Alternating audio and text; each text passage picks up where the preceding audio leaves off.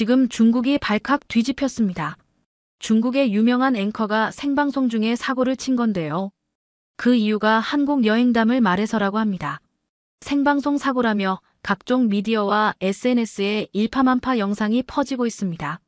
도대체 한국에 대해 어떤 발언을 한 걸까요? 사연을 시작하기 전 여러분들의 구독과 좋아요는 영상 제작에 아주 큰 힘이 됩니다. 그럼 오늘의 사연 시작하겠습니다.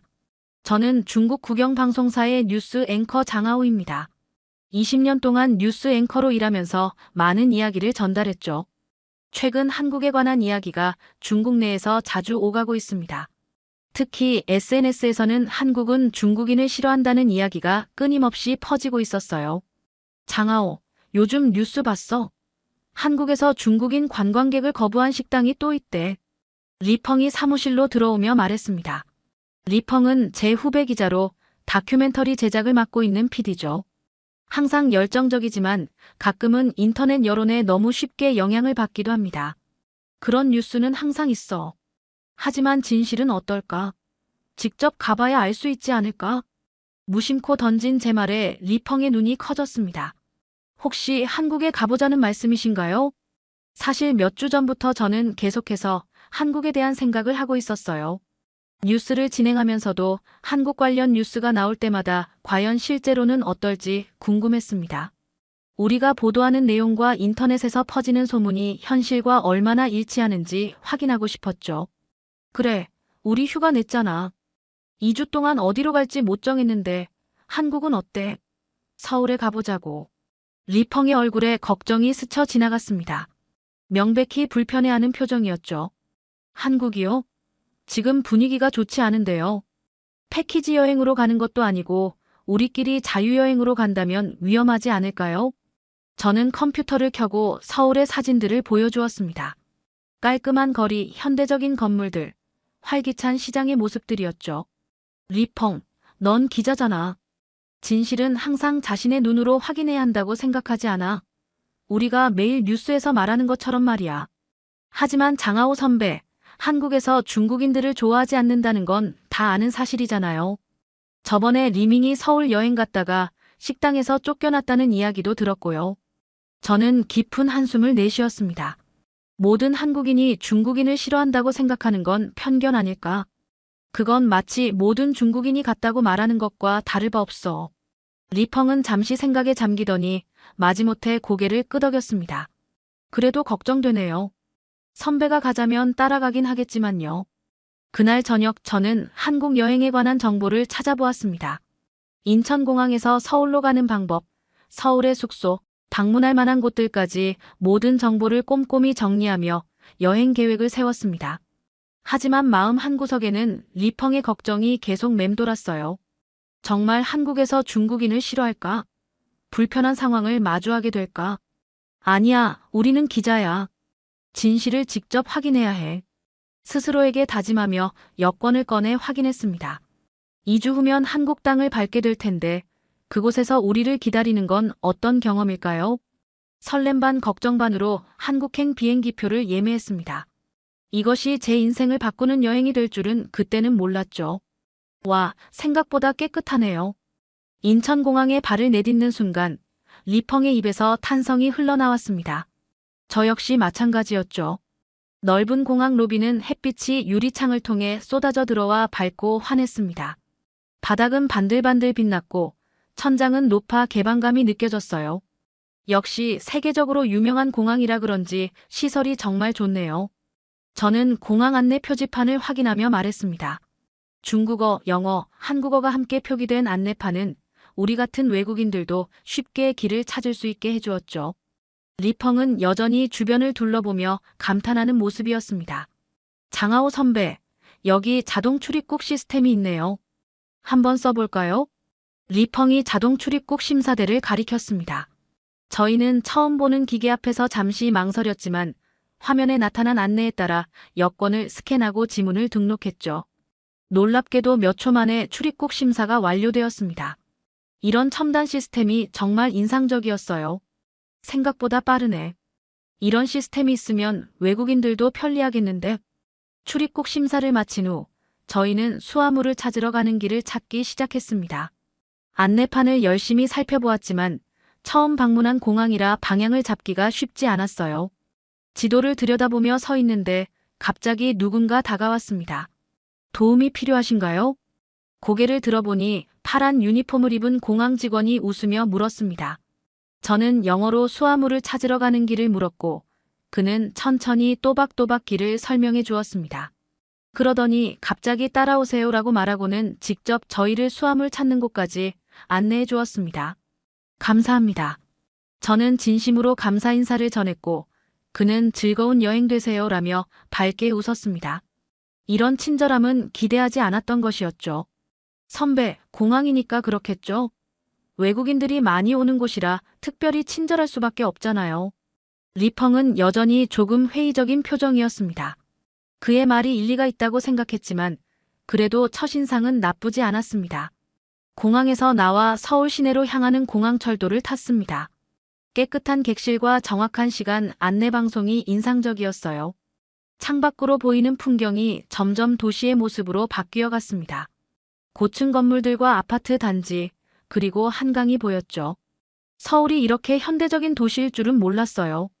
사진으로만 봤을 때와는 느낌이 다르네요. 리펑이 창밖을 바라보며 말했습니다. 저도 동의했습니다. 서울은 베이징이나 상하이처럼 현대적이면서도 어딘가 다른 분위기를 풍기고 있었습니다. 조금 더 정돈되고 아기자기한 느낌이었죠. 서울역에 도착해서 호텔로 향하는 택시를 잡았습니다. 택시 기사님은 우리가 중국에서 왔다는 걸 알고는 중국어를 몇 마디 건넸습니다. 발음은 서툴렀지만 그런 노력이 고마웠습니다. 니하오. 중국에서 오셨어요? 환영합니다. 제가 놀란 표정을 짓자 택시 기사님은 웃으며 말했습니다. 옛날에 중국 친구가 있어서 조금 배웠어요. 많이 서툴러서 죄송합니다. 그의 친절한 태도에 저도 미소를 지었습니다. 짧은 대화였지만 기분 좋은 만남이었죠. 호텔에 도착해 체크인을 마치고 방에 들어갔을 때 리펑이 저에게 물었습니다.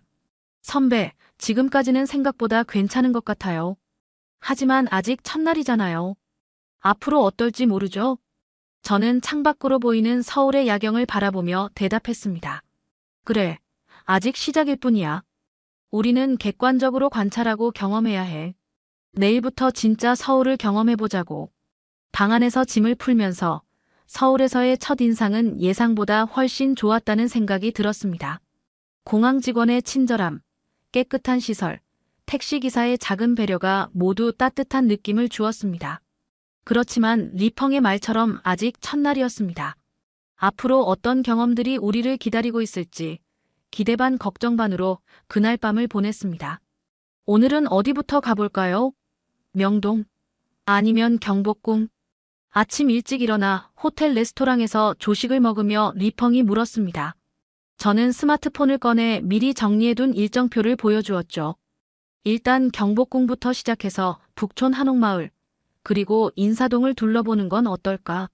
저녁에는 명동에서 쇼핑도 할 수 있고. 리펑은 고개를 끄덕이며 찬성했습니다.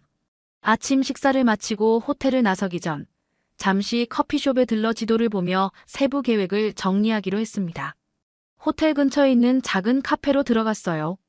따뜻한 원목 인테리어와 은은한 조명이 아늑한 분위기를 만들어내고 있었습니다. 아메리카노 2잔 주세요. 카운터에서 주문을 하고 창가 자리에 앉았습니다. 커피가 나오길 기다리는 동안 저는 지갑에서 카드를 꺼내 테이블 위에 올려두었습니다. 이런저런 이야기를 나누며 계획을 세우고 있었죠. 장하오 선배, 북촌 한옥마을에서는 한복도 입어볼 수 있대요. 한번 입어볼까요? 리펑이 흥미롭다는 표정으로 물었습니다. 저는 웃으며 고개를 저었죠. 난 좀 쑥스러울 것 같은데 내가 입고 싶다면 한번 입어봐. 직원이 커피를 가져다 주었고 우리는 약 30분 동안 앉아서 서울 여행 계획을 세밀하게 짰습니다. 커피를 마시며 지도를 보고 궁금한 점은 인터넷으로 검색하기도 했죠. 모든 계획이 끝나고 카페를 나왔습니다. 경복궁으로 향하는 지하철을 타기 위해 역으로 걸어가던 중 문득 불안한 느낌이 들었습니다. 무언가 빠뜨린 것 같은 기분이었죠. 주머니를 뒤적거려 보니 핸드폰은 있었지만 지갑이 보이지 않았습니다. 아, 이런. 지갑이 없어. 갑자기 걸음을 멈추고 가방을 뒤져보았지만 지갑은 없었습니다. 리펑도 함께 찾아보았지만 역시 보이지 않았죠. 어디서 마지막으로 보셨어요? 리펑이 걱정스러운 표정으로 물었습니다. 저는 잠시 생각에 잠겼다가 기억해냈습니다. 아까 카페에서 카드를 꺼내고 아마 테이블 위에 놓아두고 온 것 같아. 리펑의 얼굴이 어두워졌습니다. 그는 말없이 나를 바라보더니 한숨을 내쉬었죠. 가서 확인해 봐야겠네요. 하지만 벌써 30분이나 지났는데 한국에서 지갑을 잃어버리면 다시 찾기는 힘들 것 같아요. 그의 말에 저도 마음이 무거워졌습니다. 지갑에는 신용카드와 현금, 그리고 중요한 신분증들이 들어있었으니까요. 다시 카페로 돌아가는 동안 마음은 이미 지갑을 포기하고 있었습니다. 한국에서의 첫날부터 이런 일이 생겨 여행이 망치는 건 아닐까 걱정도 되었죠. 카페에 도착해 문을 열고 들어가자 우리가 앉았던 자리는 이미 다른 손님들이 차지하고 있었습니다. 가슴이 철렁 내려앉았습니다. 혹시나 하는 마음에 카운터로 다가갔죠. 저기 혹시 조금 전에 저희가 앉았던 자리에서 지갑을 발견하지 못하셨나요? 직원은 저를 물끄러미 쳐다보더니 반가운 미소를 지었습니다. 아, 맞아요. 찾으러 오실 줄 알았어요. 잠시만요. 직원은 카운터 아래쪽에서 무언가를 꺼냈습니다. 그것은 바로 제 지갑이었습니다.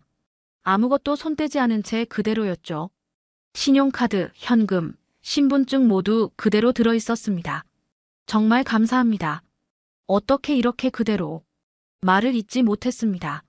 직원은 웃으며 대답했습니다. 손님이 나가시고 다른 손님이 테이블을 정리하다가 발견했어요. 당연히 주인이 찾으러 오실 거라고 생각했죠. 리펑도 놀란 표정으로 지갑을 바라보았습니다. 그는 눈을 크게 뜨고 저에게 속삭였습니다. 선배, 아무도 손대지 않았다는 게 믿기지 않아요. 이런 일이 중국에서 일어났다면. 말을 끝맺지 않았지만 우리 둘 다 무슨 뜻인지 알고 있었습니다. 중국의 분비는 카페에서 이런 일이 있었다면 지갑을 온전히 되찾을 가능성은 낮았을 거예요. 정말 감사합니다. 직원에게 다시 한번 진심으로 감사 인사를 전했습니다. 그녀는 환하게 웃으며 조심하세요. 즐거운 여행 되세요 라고 말했습니다. 카페를 나와 지하철역으로 향하는 길에 리펑이 물었습니다. 선배, 어떻게 생각하세요? 운이 좋았던 건가요? 아니면 한국 사람들이 원래 이렇게 정직한가요? 저는 잠시 생각하다가 대답했습니다. 하나의 경험으로 판단하긴 어렵지. 그렇지만 첫인상은 꽤 좋네. 계속 관찰해보자고. 경복궁으로 향하는 지하철 안에서 저는 지갑을 잃어버렸다가 되찾은 경험을 곰곰이 생각해보았습니다. 아직 한국 여행의 시작에 불과했지만 이미 제가 가지고 있던 몇 가지 편견이 흔들리고 있다는 느낌이 들었습니다. 과연 앞으로 어떤 경험들이 기다리고 있을까요? 경복궁과 북촌 한옥마을을 둘러본 후 저희는 한강 근처로 향했습니다. 여의도 한강공원에서 잠시 쉬며 강변의 전망을 즐기고 싶었거든요. 지하철보다는 택시가 편할 것 같아 길가에서 택시를 잡았습니다. 여의도 한강공원으로 가주세요. 택시기사님은 고개를 끄덕이며 미터기를 켰습니다. 차창 밖으로 서울의 풍경이 지나가는 동안 저는 핸드폰으로 지금까지 찍은 사진들을 리펑에게 보여주고 있었죠. 이 사진 괜찮네요. 북촌 한옥마을의 분위기가 정말 잘 담겼어요. 리펑이 제 핸드폰 화면을 가리키며 말했습니다. 저희는 사진을 보며 이야기를 나누다가 어느새 목적지에 도착했다는 기사님의 말씀에 서둘러 내렸습니다. 감사합니다. 택시 요금을 지불하고 한강공원으로 들어갔습니다. 강변을 따라 산책로가 잘 정비되어 있었고 많은 사람들이 자전거를 타거나 조깅을 하고 있었어요.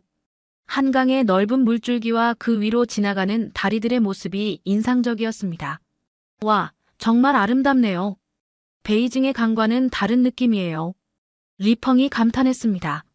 저희는 벤치에 앉아 잠시 휴식을 취하기로 했습니다. 가방에서 물병을 꺼내 마시며 한강의 풍경을 즐겼죠. 그때 문득 핸드폰이 생각났습니다. 아, 내 핸드폰 어디 있지? 주머니를 뒤지고 가방 안을 살펴봤지만 핸드폰은 보이지 않았습니다. 순간 등에서 식은땀이 흘렀어요. 리펑, 내가 내 핸드폰 본 적 있어? 리펑도 자신의 가방을 뒤적거리며 저를 도와 찾았지만 핸드폰은 어디에도 없었습니다. 택시에서 사진 보여드리다가 택시에 두고 내린 것 같아요. 리펑의 표정이 급격히 어두워졌습니다. 그는 한숨을 내쉬며 말했습니다. 이제 핸드폰은 포기해야겠네요. 오전에는 지갑이었는데 오후에는 핸드폰이라니. 저도 마음이 무거워졌습니다. 핸드폰에는 중요한 연락처들과 이번 여행의 모든 사진들이 있었으니까요. 더군다나 중국으로 돌아가기 전에 필요한 정보들도 모두 그 안에 저장되어 있었습니다. 무슨 방법이 있을까? 택시 번호라도 기억했으면 좋았을 텐데. 리펑이 생각에 잠겨 중얼거렸습니다. 저는 잠시 고민하다가 결심했습니다. 경찰서에 가봐야겠어. 혹시 도움을 받을 수 있을지도 모르잖아. 리펑은 의아한 표정을 지었지만 제 의견에 따르기로 했습니다. 스마트폰으로 검색해보니 가까운 경찰서가 있었고 저희는 그곳으로 향했습니다. 경찰서에 들어서자 깔끔한 내부와 정돈된 분위기가 눈에 들어왔습니다.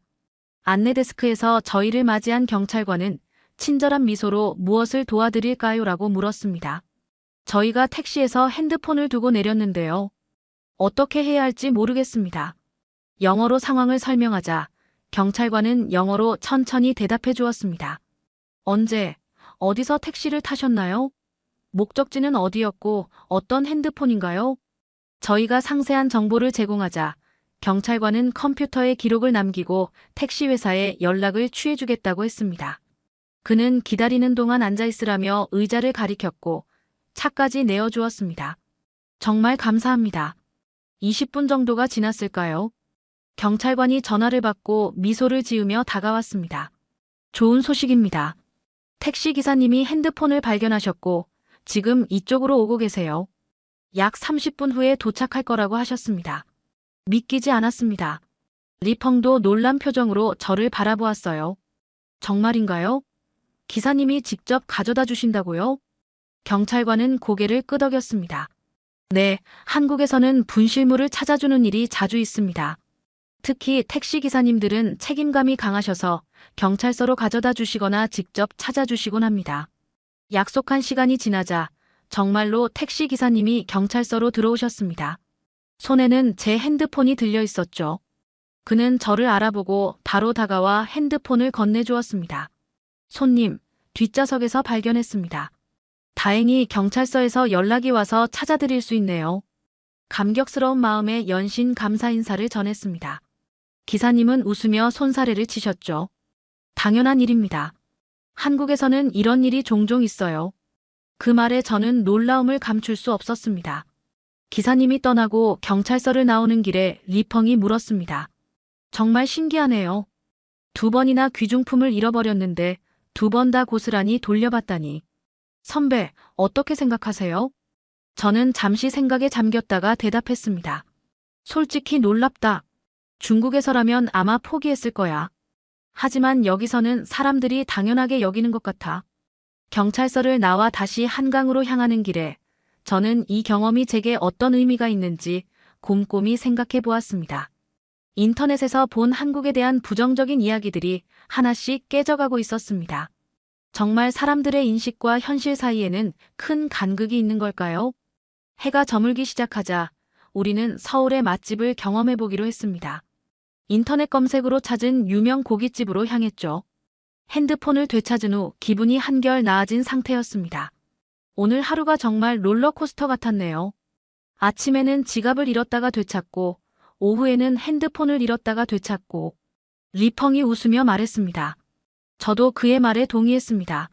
그러게. 이런 경험은 처음이야. 귀중품을 2번이나 잃어버렸는데 모두 고스란히 돌려받다니. 고깃집에 도착하자 활기찬 분위기가 우리를 맞이했습니다. 맛있는 고기 굽는 냄새와 사람들의 웃음소리가 가득했죠. 입구에서 직원이 우리를 반갑게 맞이했습니다. 어서 오세요. 몇 분이세요? 직원의 영어 실력은 완벽하지 않았지만 충분히 의사소통이 가능했습니다. 우리는 창가 쪽 자리로 안내받았습니다. 메뉴판 주세요. 자리에 앉자마자 리펑이 요청했습니다. 직원이 가져다 준 메뉴판은 다행히 영어와 중국어 번역이 함께 되어 있었습니다. 우리는 메뉴를 살펴보며 어떤 고기를 주문할지 고민했죠. 삼겹살과 갈비를 시켜볼까요? 한국 소고기가 유명하다고 들었어요. 리펑의 제안에 저는 고개를 끄덕였습니다. 메뉴를 고르고 주문하는 과정에서 직원은 무척 친절했습니다. 우리가 한국 음식에 익숙하지 않다는 것을 눈치챘는지 추천 메뉴와 먹는 방법까지 상세히 설명해 주었죠. 고기는 구워드릴까요? 아니면 직접 구워 드실 건가요? 직원이 물었습니다. 저는 한국식 바비큐 경험을 제대로 해보고 싶었습니다. 저희가 직접 구워볼게요. 잠시 후 테이블 중앙의 숯불 그릴에 불이 피워졌고 주문한 고기와 각종 반찬이 테이블에 차려졌습니다. 한국의 다양한 반찬 문화는 정말 인상적이었어요. 작은 그릇에 담긴 여러 가지 반찬들은 보기에도 먹음직스러웠습니다. 와, 이렇게 많은 반찬이 모두 기본으로 나오는 건가요? 리펑이 놀란 표정으로 물었고 직원은 미소를 지으며 고개를 끄덕였습니다. 네, 모두 서비스입니다. 더 필요하시면 말씀해 주세요. 고기가 테이블에 놓이자 우리는 열심히 고기를 구우려 했습니다. 하지만 익숙하지 않은 방식이라 고기를 어떻게 굽는 것이 좋을지 망설여졌죠. 저는 긴 집게로 고기를 집어 그릴 위에 올려놓았습니다. 이렇게 하면 될까? 그런데 고기를 올려놓고 몇 분 지나자 연기가 나기 시작했습니다. 리펑과 저는 당황해서 어떻게 해야 할지 몰랐죠. 그때 우리 테이블을 지나가던 종업원이 상황을 발견하고 빠르게 다가왔습니다. 아, 고기는 자주 뒤집어야 맛있어요. 이렇게요. 종업원은 친절하게 집게를 들어 고기를 뒤집어 주었습니다. 그리고 고기가 어느 정도 익었을 때 가위로 작게 잘라주었죠. 이제 이렇게 상추에 싸서 드세요. 여기 쌈장을 조금 바르고 마늘도 넣으면 더 맛있어요. 그는 직접 시범을 보여주며 상추에 고기를 싸는 방법을 알려주었습니다. 우리는 그의 지시대로 따라했고 입에 넣자마자 풍부한 맛이 입안에 퍼졌습니다. 와, 정말 맛있네요. 리펑이 감탄했습니다. 우리가 음식을 즐기는 동안에도 종업원은 몇 번씩 와서 고기가 타지 않게 도와주었습니다. 그의 세심한 케어에 저는 감동했습니다. 우리 테이블만 이렇게 신경 써주는 건가요? 리펑이 의아한 표정으로 물었습니다. 둘러보니 다른 테이블에도 종업원들이 같은 방식으로 손님들을 도와주고 있었습니다. 이것이 한국 고깃집의 일반적인 서비스였던 거죠. 이렇게 세심하게 신경 써줄 줄은 몰랐네요. 중국 식당에서는 보통 자신의 음식은 손님이 알아서 챙기잖아요. 제가 말했습니다. 리펑도 고개를 끄덕이며 동의했죠. 식사를 계속하는 동안 우리는 다양한 한국식 먹는 방법을 시도해 보았습니다. 종업원은 우리가 새로운 방식을 시도할 때마다 친절하게 조언해 주었고 추가 반찬도 몇 번이나 더 가져다 주었습니다. 선배, 처음에는 한국 사람들이 중국인을 싫어한다고 생각했는데 지금까지 경험해 본 바로는 전혀 그렇지 않은 것 같아요. 리펑이 조용히 말했습니다. 그의 목소리에서 미안함과 놀라움이 동시에 느껴졌습니다. 맞아. 우리가 들었던 이야기와는 다르네. 물론 모든 사람이 다 그렇다고 일반화할 수는 없겠지만 지금까지 만난 한국 사람들은 모두 친절했어. 식사를 마치고 계산을 하려고 할 때 또 하나 놀라운 경험을 했습니다. 카드를 내밀자 직원은 웃으며 카드를 받아들었습니다. 중국에서 오셨군요. 저희 어머니가 중국 드라마를 좋아하세요. 즐거운 여행 되세요. 식당을 나오며 리펑이 말했습니다. 오늘 하루 동안 경험한 것들이 정말 많네요. 한국 사람들의 친절함이 생각보다 훨씬 더 깊은 인상을 남겼어요. 저는 고개를 끄덕이며 대답했습니다. 그래, 아직 여행의 시작이지만 이미 많은 것을 배우고 있는 것 같아. 내일은 또 어떤 경험이 우리를 기다리고 있을까? 호텔로 돌아가는 길에 오늘 하루 동안의 경험들이 머릿속을 맴돌았습니다. 지갑을 잃었다가 찾은 일, 핸드폰을 택시에 두고 내렸다가 돌려받은 일, 그리고 고깃집에서 경험한 따뜻한 서비스까지. 모든 것이 제가 중국에서 들었던 이야기와는 너무나 달랐습니다. 그날 밤 호텔 침대에 누워 생각했습니다. 우리는 얼마나 쉽게 다른 나라와 문화에 대한 편견을 가지게 되는지, 그리고 직접 경험해보는 것이 얼마나 중요한지를 실감했습니다. 내일은 또 어떤 발견들이 우리를 기다리고 있을까요? 기대감을 안고 잠이 들었습니다. 다음 날 아침, 우리는 서울의 주요 방송사 중 하나를 방문하기로 했습니다. 출발 전, 저는 미리 연락을 취해둔 한국방송사 국장 송민재 씨와의 약속을 확인했습니다. 송민재 씨는 한중 관계 다큐멘터리를 제작한 경험이 있는 베테랑 PD로 제 오랜 지인의 소개로 만나게 되었죠. 오늘 인터뷰가 정말 기대되네요. 실제 한국 방송인의 시각을 들을 수 있는 좋은 기회인 것 같아요. 리펑이 호텔 로비에서 기다리며 말했습니다. 저도 고개를 끄덕였습니다. 그래, 지금까지는 일상에서 만난 한국인들의 모습을 봤지만 오늘은 미디어 관계자와 대화할 기회니까 더 깊은 이야기를 나눌 수 있을 거야. 방송국으로 향하는 택시 안에서 저는 송민재 씨에게 물어볼 질문들을 정리했습니다. 특히 중국에 대한 한국 미디어의 시각, 한중 관계에 대한 일반 한국인들의 인식 등이 궁금했죠. 방송국에 도착하자 현대적인 건물이 우리를 맞이했습니다. 로비에서 신원 확인을 마친 후 안내원의 도움을 받아 송민재 씨의 사무실로 향했습니다. 엘리베이터에서 내려 복도를 걷는 동안 분주하게 움직이는 방송국 직원들의 모습이 눈에 들어왔습니다. 장하오 씨, 반갑습니다. 직접 만나게 되어 기쁩니다. 송민재 씨는 사무실 앞에서 우리를 기다리고 있었습니다. 55세 정도로 보이는 그는 단정한 차림새와 따뜻한 미소로 우리를 맞이했습니다. 송 국장님, 만나서 반갑습니다. 이쪽은 제 동료 리펑입니다. 인사를 나눈 후 우리는 송민재 씨의 사무실로 들어갔습니다.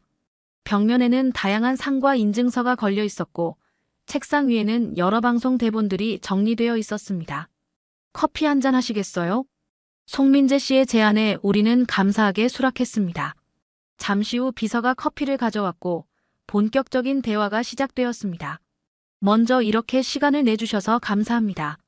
사실 이번 여행은 중국에서 흔히 들리는 한국은 중국인을 싫어한다는 이야기가 실제로 어떤지 직접 경험해보고 싶어서 왔습니다. 제 말에 송민재 씨는 잠시 생각에 잠기더니 천천히 대답했습니다. 사실 그런 인식이 있다는 것은 알고 있습니다. 하지만 실제 일반 한국인들의 생각은 그렇게 단순하지 않습니다. 물론 일부 불편한 경험을 한 사람들도 있겠지만 대부분의 한국인들은 개인을 국적으로 판단하지 않습니다. 송민재 씨의 말에 리펑이 조심스럽게 끼어들었습니다. 하지만 중국에서는 한국 미디어가 중국에 대해 부정적인 보도를 많이 한다는 이야기가 있습니다. 실제로 그런가요? 그 질문에 송민재 씨의 표정이 살짝 굳어졌습니다. 하지만 곧 침착하게 대답했습니다. 모든 미디어는 특정 시각을 가지고 있습니다. 한국 미디어도 예외는 아니죠. 다만 제가 중요하게 생각하는 것은 보도와 실제 사람들의 생각은 종종 차이가 있다는 점입니다. 미디어가 만든 선입견은 실제 사람들의 경험과 다를 수 있어요. 저는 더 깊이 들어가 보기로 했습니다. 중국에서는 한국이 반중 감정이 심하다는 이야기가 많습니다. 국장님 생각은 어떠신가요? 송민재 씨는 차분하게 대답했습니다. 그런 선입견은 미디어가 만든 것이지 실제 사람들은 다르죠.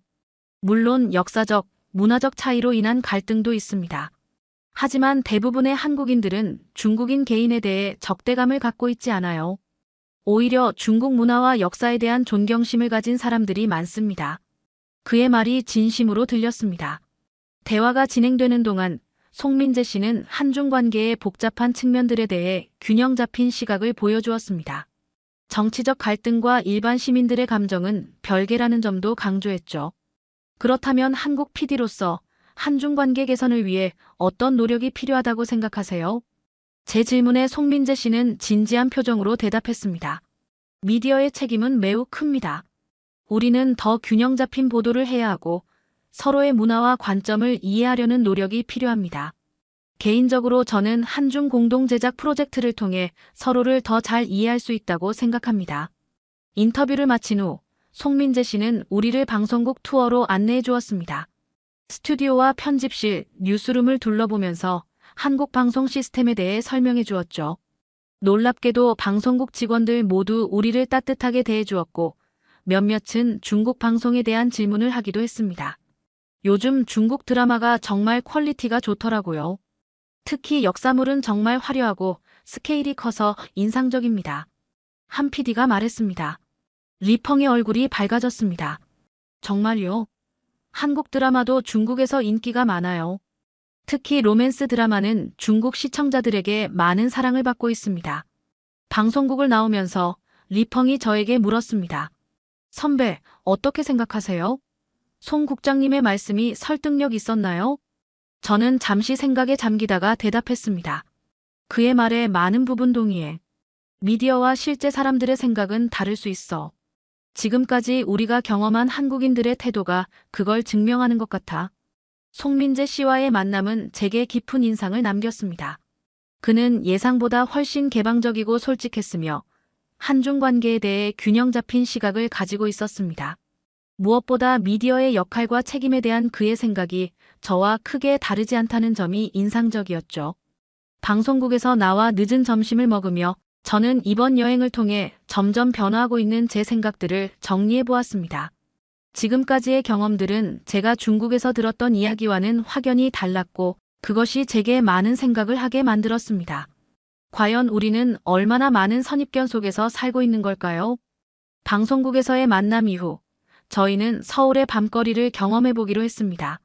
송민재 씨가 추천해준 남산타워를 방문하기로 했죠. 낮 동안의 진지한 대화 후에 서울의 야경을 즐기며 마음을 가볍게 하고 싶었습니다. 남산타워에서 보는 야경이 정말 아름답다고 하더군요. 서울 전체를 한눈에 볼 수 있다고 합니다. 리펑에게 말하며 저는 스마트폰으로 남산타워까지 가는 경로를 검색했습니다. 지하철과 버스를 번갈아 타야 하는 복잡한 경로였지만 좋은 경험이 될 것 같아 대중교통을 이용하기로 했습니다. 선배, 이렇게 밤늦게 대중교통을 이용해도 괜찮을까요? 리펑이 시계를 보며 물었습니다. 이미 저녁 8시가 넘은 시간이었죠. 저는 망설임 없이 대답했습니다. 괜찮을 거야. 지금까지 우리가 경험한 서울은 생각보다 훨씬 안전했잖아. 한번 도전해보자고. 지하철을 타고 중간 정류장에 도착한 후 저희는 남산타워로 향하는 버스를 기다렸습니다. 밤 공기는 차가웠지만 거리는 여전히 활기찼습니다. 주변에는 불빛이 환하게 켜진 상점들과 레스토랑들이 있었고 많은 사람이 오가고 있었죠. 중국과는 좀 다른 분위기예요. 이렇게 밤에도 거리가 깨끗하고 정돈되어 있다니. 리펑이 주변을 둘러보며 말했습니다. 저도 그의 의견에 동의했습니다. 서울의 거리는 밤에도 깨끗함을 유지하고 있었고 사람들은 질서 있게 행동하고 있었습니다.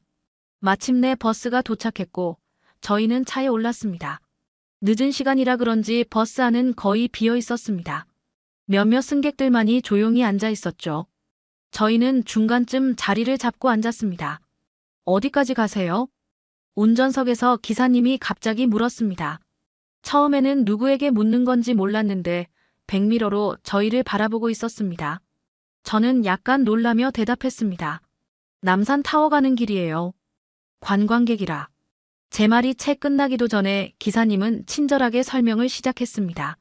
아, 남산타워요? 이 버스는 중간까지만 갑니다. 내리시는 곳에서 케이블카를 타시거나 셔틀버스로 갈아타셔야 해요.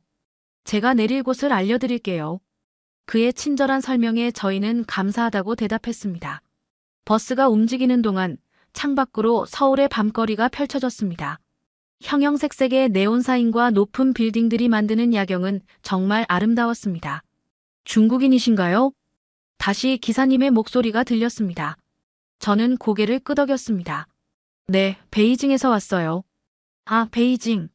한번 가봤어요. 자금성이 정말 웅장하더군요. 서울은 어떠세요? 마음에 드시나요? 기사님의 질문에 저는 진심으로 대답했습니다. 네, 정말 좋습니다. 사람들이 친절하고 거리도 깨끗하고요. 기대했던 것보다 훨씬 좋은 경험을 하고 있습니다.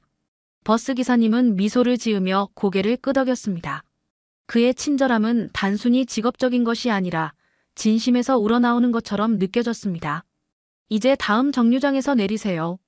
거기서 오른쪽으로 조금만 걸어가시면 케이블카 타는 곳이 나옵니다. 목적지에 가까워지자 기사님이 미리 알려주었습니다. 버스가 서고 저희가 내리려 할 때 기사님이 무언가를 건네주었습니다. 이거 드세요. 밤에 산에 올라가면 춥거든요. 작은 비닐봉지에는 몇 개의 사탕과 초콜릿이 들어있었습니다. 너무나 뜻밖의 선물에 저희는 놀라움을 감추지 못했습니다. 감사합니다. 정말 감사합니다. 저희가 연신 감사 인사를 전하자 기사님은 수줍게 웃으며 손사래를 쳤습니다. 별거 아닙니다. 좋은 여행 되세요. 버스에서 내려 케이블카로 향하는 길에 리펑이 말했습니다. 선배, 이런 경험은 처음이에요. 버스기사가 관광객에게 이렇게 친절하다니요. 저도 같은 생각이었습니다. 그 작은 사탕 봉지가 왠지 모르게 가슴 깊은 곳을 건드렸습니다. 개인적인 친절함, 그것도 전혀 기대하지 않았던 순간에 말이죠. 이 작은 행동이 한국인의 친절함을 가장 잘 보여주는 것 같았어요. 남산타워로 향하는 케이블카 안에서 저는 이번 여행 동안 경험한 여러 친절한 순간들을 떠올렸습니다. 지갑을 돌려준 카페 직원, 핸드폰을 찾아준 택시기사님, 고깃집에서 도와준 종업원들, 그리고 조금 전 버스 기사님까지 모두 작은 친절을 베풀었지만 그 영향은 결코 작지 않았습니다. 남산타워에 도착해 서울의 전경을 바라보며 저는 깊은 생각에 잠겼습니다. 눈앞에 펼쳐진 수많은 빛들은 마치 별자리처럼 빛나고 있었습니다.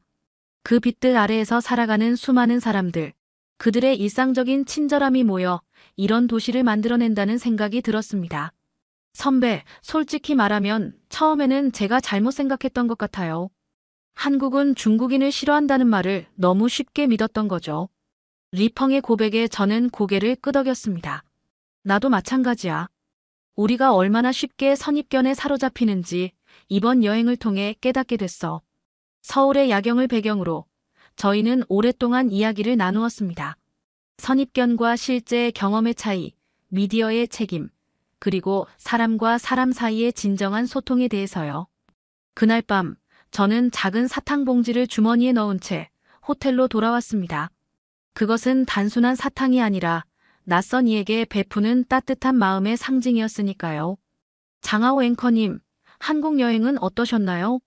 시청자들이 많이 궁금해하고 있습니다. 중국으로 돌아온 지 일주일 후 생방송 뉴스 프로그램의 마지막 순서로 저에 대한 짧은 인터뷰가 있었습니다. 동료 앵커가 제게 한국 여행에 관해 물었고 카메라가 저를 향했습니다. 순간 제 머릿속에는 서울에서의 모든 기억이 주마등처럼 스쳐 지나갔습니다. 네, 정말 좋은 여행이었습니다. 사실 출발 전에는 여러 걱정이 있었지만 실제 경험은 상당히 달랐습니다. 저는 진지한 표정으로 답했습니다. 방송사 스튜디오의 밝은 조명 아래서 저는 제 경험을 솔직하게 전달하고 싶었습니다. 소문과 달랐던 점이 있다면 무엇인가요? 동료 앵커의 질문에 저는 잠시 생각하다가 대답했습니다. 직접 가보지 않으면 진실은 모릅니다. 우리가 흔히 듣는 한국은 중국인을 싫어한다는 말은 적어도 제 경험으로는 사실이 아니었습니다. 오히려 많은 친절함을 경험했죠. 스튜디오가 잠시 조용해졌습니다. 이런 솔직한 답변은 아마도 예상하지 못했을 겁니다. 하지만 저는 계속해서 말을 이어갔습니다. 물론 모든 한국인이 다 같지는 않겠지만 제가 만난 사람들은 모두 정직하고 친절했습니다. 카페에서 지갑을 두고 온 적이 있는데 그대로 돌려받았고 택시에서 핸드폰을 잃어버렸을 때도 기사님이 직접 경찰서로 가져다 주셨습니다. 동료 앵커가 놀란 표정으로 물었습니다. 그런 일들이 있었군요. 이런 경험들이 장하오 앵커님의 한국에 대한 인식을 바꾸었나요? 저는 고개를 끄덕였습니다. 네, 분명히 그렇습니다. 우리 모두 때로는 들은 이야기나 뉴스 보도만으로 다른 국가나 문화에 대한 인식을 형성하곤 하는데 실제로 경험해보면 그 차이를 느낄 수 있습니다. 저는 이번 여행을 통해 더 열린 시각을 갖게 되었습니다. 인터뷰는 그렇게 마무리되었지만 방송이 끝난 후 여러 동료들이 저에게 다가와 더 많은 이야기를 듣고 싶어 했습니다. 제 솔직한 경험담은 많은 사람들의 관심을 끌었던 모양입니다. 사무실로 돌아와 짐을 정리하고 있는데 리펑이 들어왔습니다. 선배, 방송 봤어요. 정말 솔직하게 말씀하셨네요. 리펑의 표정에는 존경의 빛이 어려 있었습니다. 저는 미소를 지으며 대답했습니다. 진실을 말하는 것은 우리 기자의 의무니까. 그리고 너는 어때? 한국에 대한 생각이 바뀌었니? 리펑은 고개를 끄덕였습니다. 네, 많이 바뀌었어요. 사실 제 SNS에 한국에서 경험한 일이라는 제목으로 글을 올렸는데 반응이 뜨겁습니다. 많은 사람들이 저와 비슷한 긍정적인 경험을 했다고 이야기하더군요. 그 말을 듣고 저는 흥미를 느꼈습니다. 어쩌면 우리만 그런 생각을 하고 있던 것이 아닐지도 모릅니다. 많은 중국인들이 한국에서 좋은 경험을 했지만 그런 이야기들은 잘 알려지지 않았던 것일 수도 있습니다. 그래. 그럼 부정적인 인식이 왜 이렇게 강한 걸까? 리펑이 잠시 생각하더니 대답했습니다. 아마도 부정적인 경험이 더 큰 소리로, 더 널리 퍼지기 때문 아닐까요? 긍정적인 경험은 당연하게 여겨지고 부정적인 경험만 이슈가 되는 거죠. 그의 말에 깊이 공감했습니다. 미디어 종사자로서 저희는 종종 더 자극적이고 논쟁적인 이야기에 집중하는 경향이 있었습니다. 그 과정에서 일상의 작은 친절함, 보통 사람들의 선의는 종종 간과되곤 했습니다. 리펑, 우리가 이번 여행에서 배운 것을 어떻게 활용하면 좋을까? 제 질문에 리펑은 밝은 표정으로 대답했습니다. 한중 관계에 대한 다큐멘터리를 만들면 어떨까요? 양국 시민들의 실제 경험을 중심으로 말이죠. 정치적인 이야기가 아니라 사람과 사람 사이의 이야기요. 그의 제안은 매력적이었습니다. 실제로 송민재 씨도 비슷한 이야기를 했었죠. 미디어의 책임감에 대해, 그리고 서로를 더 잘 이해하기 위한 노력의 필요성에 대해서요. 좋은 생각이야. 기획안을 만들어봐. 내가 도울게. 그날 저녁 집으로 돌아가는 길에 저는 서울에서의 마지막 밤을 떠올렸습니다. 남산타워에서 본 서울의 야경, 그리고 버스 기사님이 건네준 작은 사탕 봉지. 그 소소한 친절함이 제게 남긴 감동은 결코 작지 않았습니다. 집에 도착해 여행 가방을 정리하는데 주머니 속에서 그 사탕 봉지를 발견했습니다. 아직도 몇 개의 사탕이 남아 있었죠. 저는 하나를 입에 넣고 창가로 다가갔습니다. 베이징의 밤하늘을 바라보며 저는 다시 한번 이번 여행의 의미를 되새겼습니다. 선입견은 얼마나 쉽게 생겨나고 또 얼마나 견고한 벽을 만들어내는지. 그 벽을 허무는 것은 결국 직접 경험하고 직접 만나고 직접 대화하는 것이었습니다. 언론인으로서 저는 그 사실을 더 깊이 깨달았습니다. 한국 여행을 통해 저는 단순히 여행지의 아름다움만 발견한 것이 아니었습니다. 사람과 사람 사이의 진정한 소통, 선입견을 넘어서는 진실, 그리고 작은 친절이 가져오는 큰 변화를 느꼈습니다. 그리고 무엇보다 더 열린 마음으로 세상을 바라보는 법을 배웠습니다. 직접 가보지 않으면 진실은 모릅니다. 방송에서 했던 말을 혼자 다시 중얼거리며 저는 앞으로의 제 역할에 대해 생각했습니다. 앵커로서, 기자로서, 그리고 한 개인으로서 저는 더 많은 진실을 찾아 나설 것입니다. 그리고 그 과정에서 발견한 작은 친절함의 이야기들을 더 많이 전할 것입니다. 어쩌면 그것이 우리가 더 나은 세상을 만들어가는 작은 시작점이 될 수 있을 테니까요. 저의 이야기가 여러분께 새로운 시각을 줄 수 있었기를 바랍니다. 오늘의 이야기가 마음에 와닿았다면 구독과 좋아요를 눌러주세요. 다음에도 더욱 흥미로운 이야기로 찾아뵙겠습니다. 감사합니다.